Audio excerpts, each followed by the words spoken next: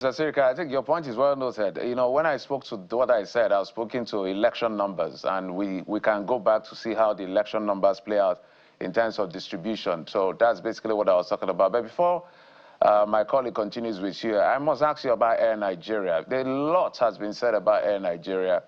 I don't know whether you've made your comments around this. I don't think this is, I don't know whether this is in court as well or part of the litigation that you were referring to, but when the current Minister of Aviation and Aerospace Development was asked about it, he said it was a bad deal. He talked about the fact that we're going to be paying over $100 million to Ethiopian Air in the space of about 3 years or so. He said, what are they now bringing to the table besides just giving us aircraft? What we are paying them, so what is the investment here? It looks like ab initio it was a terrible deal. That's why nobody's even looking at those papers. Is that what you signed up, a bad deal? Or is just commentaries that you don't agree with? Well, how I wish we are not live in this program. I had no intention to speak about my time in office for now, and I intend to bring up a book in that. But since you asked the question, and people will be very interested, and I think I was on, if I remember, either Channels or Arise, during the controversy of the Nigeria Air.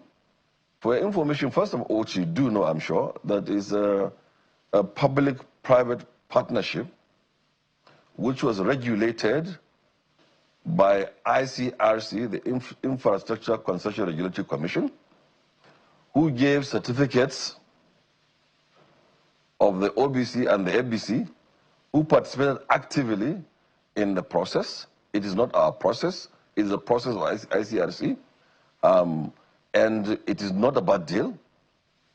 And I read on the papers that we spent, or I spent 100 billion or thereabout, and it's lost in the process, which is a lie. I did say in 2015, 16, 17, 18, 19, 21, 22, 23, the total budget for the national carrier was 5 billion. The total amount released was 3 billion, and I left there with over 1 billion naira. And the monies, the about 2 billion that was spent, nearly a third of it went to the consultancy, i.e. the business case, which is the OBC, the FBC, and so many other consultancies that were given during that time. And the balance of the money, of course, are salaries of the staff that we have. By the way, we went through every single step of the ICRC process, and we got it to end, and we had an airline. Some people went to court. Mrs. Airpeace, United, and Azman went to court to say that we cannot, as a government, establish an airline where we'll take a stake of 5%. And that is what's told it. If there was no court case, and if the government that came in had pursued the court case, by today we'll have the airline. And talking about Ethiopian Airlines, I did say, look, 95% of all airlines that are operating within Africa are non-Africans. They are the Emirates, the Qatar, the British Airways, Air France, etc., etc. Except for Ethiopian Airlines. And these people have been for 79 years running the airline. They have made a statement of how to run an airline. They are African. And they came to partner with us to be able to open up the world for us. Today, the price of ticket out of Abuja to London is more expensive than the ticket from Accra to London. And the reason is because we do not have a strong, formidable airline with the capacity to continue to do so. We've seen Airpeace before. We've seen like Azman before. We've seen them. When I say we've seen them, we've seen Cabo, which was bigger, much bigger than all of them. We've seen Okada, which is much bigger. We've seen ADC. We've seen Arik. We've seen them. And they've came and gone. And what is amiss is that the capacity that they need to build to compete with people who have 250 million airplanes. I don't think an airline that has 1, 2, 3, 4, even 5 aircraft that are old can compete in the global market with the well-established carriers that have 250 airplanes and expect to operate and make business and make profits. So to sum it up, all that we did to establish the Nigeria Air, would taken it to the final step before these people now went to court, number one. Number two, there is no fraud. If there is fraud, by now they would have said it. And if the minister is saying, I don't want to join issues with him, because that may go into what they are claiming to go to court, on. But if he's saying it's a bad deal, Nigerians should invoke the Freedom of Information Act, which is in place, to go to the Ministry of Aviation, where the gentleman sits as the minister, and get the documents, and go to also ICRC and get the documents, and establish where the fraud is. They should go and establish where the fraud. There's no fraud. It's a lie, and this airline, whether it is done now or in the future, it will come to become, because we didn't arrogate to ourselves the knowledge of aviation alone. Those who trained us are alive. But what we did is that I personally invited, and also officially through the official channels, invited Mrs. Airpeace, Mrs. Asbam, Mrs. Arik, all of them, to come and join and buy shares of that carrier and own it, and go into joint venture with either, at the time we're thinking of Qatar, we're thinking of Lufthansa, and we're thinking of Ethiopian Airlines. But when the bid happened transparently, to which some of those airlines participated in the bid up initial, Ethiopian Airlines won. And they won fair and square. And it's not our process. It's the process of ICRC. They should go and ask ICRC whether there's corruption or bad deal in it. And the documents are there. When people have opportunities to come to press and talk, talk is cheap. But the reality, the truth, is deposited in the records of government, in ICRC, in Ministry of Aviation. Because I recall then. And I thought that I'd been invited here to discuss this visit of President Tinubu, but it's okay for the digression to talk about it. But the days that we talk about Nigeria Air would come.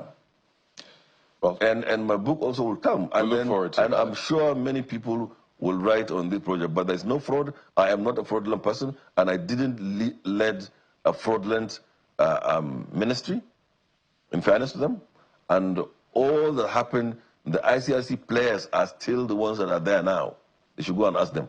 And the FEC also, the Federal Executive Council, has its documents, and which you can invoke Freedom of Information Act to go there and check and cross-check and establish facts. And you have the moral responsibility as pressmen, as journalists, to come back to the people and tell them the truth.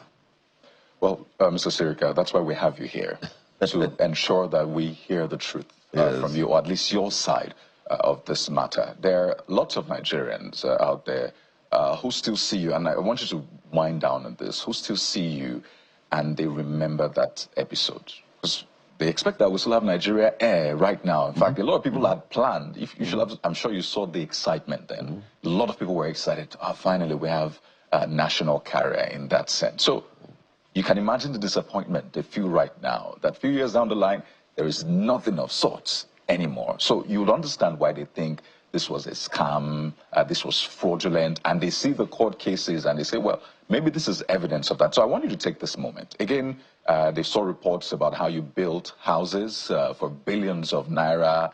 Again, we need you to speak to that, because these are things you must have seen, and I'm not sure you've spoken to that. So I want you to speak to those Nigerians who see Mr. Hadi Sirika as someone who scams Nigeria, someone that we can't trust because of that episode. I want you to look at the camera and speak to them while we expect your book, of course. But I want you to seize this moment to speak to those issues. Well, thank you very much indeed. And honestly, like I said, I had no intention to do so. I've read all of those things, but given the opportunity, maybe we have to go back memory lane to say that we were operating a roadmap. When we came into government, I'm sure between the ministry and its predecessors, you'd have like 1,000 years of aviation experience. But yet we didn't arrogate to ourselves all of the knowledge. And we had the IOS report, the PoliticsToday report, and all those other reports deposited within the ministry. What we did as responsible people at the time is to first commit to a study. What is wrong with the industry? What can we do better? How can we improve it? What are the missing issues? And from that, we developed, I single-handedly penciled down the items on the roadmap and discussed with the ministry, and they agreed with me. And we called in 2016 early, around about January, February, I can't remember the dates. We called for a stakeholder conference in Musa Yar'Adua Center here in Abuja, and every single aviator that answers his name was in that conference. And we debated the roadmap, and we agreed that that's the way to go, to establish a national carrier, and then to do a maintenance center where it will be the feedstock for the airline and vice versa, to do an aviation leasing company to be able to lease out at cheap rates equipment, aircraft and the rest of them, for people, and to have a university where you go into research and development of civil aviation and aerospace, and so on and so forth. And this roadmap intertwine with each other. People focus on the airline because what has been amiss. So we began to establish the roadmap, and we believe that, look, the best way to do it is, since government should not have business and business, we should go through PPP, public-private partnership, more so because there's an established agency regulating that process now, as against before, when Nigeria Airways was thrown to the dogs, right, or thrown away. And we began the process by, one, according to the law, to develop to appoint the transaction advisor. That in itself is a process.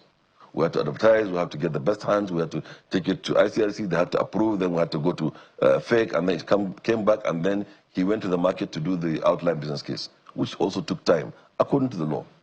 After the business case was done, the back and forth with ICRC guiding us and went through that process. That took us the best part of our first tenure. And then we went to the market, we did the road show, we did everything, right, and we tried to partner. No, I'm coming, please. This is because now that, you asked me to speak about it. I want you to speak to Nigerians as quick as you can. Okay, as quick as I can. Who think that you scammed the country? That's the question I asked. Okay, who scammed? Well, it depends on, anybody can say anything that he likes, whether I scammed Nigeria or I did not. Like I said, it's a process of ICRC to establish that airline. We did the best that we could, and we got the best deal for Nigeria. All right. And all, no, hang on. No, we have to anchor, but you can land on that point. Okay, please. Because so in the establishment of the airline, and in trying to select who the partner is, and I say it's a process of the ICRC, it took us time to follow diligently. We went to the FEC, Federal Executive Council, 9 times to go and come back, on the business case alone. We went like 3 times on the establishment of on the appointment of the transaction advisor. We went also very many times to do the full business case. And the government at the time, or some people in Nigeria, wanted money to be given to us, for us to go. Establishing airline, tomorrow, if you give me money, I can just go and start the process and establish airline within 6 months. But because we wanted it to be a PPP with private sector in control and government has only 5%, that's why we went through all that diligent process. During that time, very many airlines came and we certified them. We issued the license during our time. 50% of Nigerian airlines were established during our time. So you think it's unfair to say that? So it's very unfair. And I said it's not a fraud. It has been established. Right. If not for the court case, which is before Justice Lagba or something like that in Lagos, yeah, if not because of that, you'd have had the airline. We even demonstrated the livery, the color, and everything, and how it's going to look like. We recall that. I think a lot of Nigerians. Yeah, and then people because people are not fair. Like I said, it's something that is subjective also. It's in court before Justice Alagba. So I don't want to go to the details. Certainly. But to say that people had forgotten the runway closures and total rehabilitation and reconstruction of Abuja runway, Enugu runway, Maiduguri runway, that forgotten all that we had done in that 8 years of governance. About the airline. This is a conversation that is ongoing, but those houses credited to you, were they built indeed by you? Which houses? The houses that the pictures were circulating at the cost of billions of naira. Did you see those pictures? No, I didn't. All of the houses that I own, before I became minister, are the houses that I still own. So you didn't build any new ones? I have attended my code of conduct certificate to government. All the houses I own, I still own them. I didn't just fall from the sky and become a minister. Mr. Sirika, we must thank you for opening up on these issues. It's important to always balance the stories, and that's what we represent here on Channels TV. So when you do that book, please let us know. Yeah, also before this book, please, after the court case, the one that is currently going on that you made reference to, and the one that is before Justice Alagba, can you kindly, because I restrain myself, say things here, will you please kindly be also fair to me to bring me back and say the full story? We'll bring you back 2 times. And then we see whether those making the allegations are the fraudulent ones, or me that served there and the people. So and I didn't serve we're giving you our word. We'll bring you back, not once. In fact, if we need to bring you back, we'll bring you back twice. So we have to thank you so much. We've been speaking with Mr. Hadi Sirika, former Minister of Aviation. You have a title now, but I don't think we've done the official turban. We have to thank you so much for your time. I will look forward to having you yet again. Thank you very much indeed. I'm very grateful. Thank you.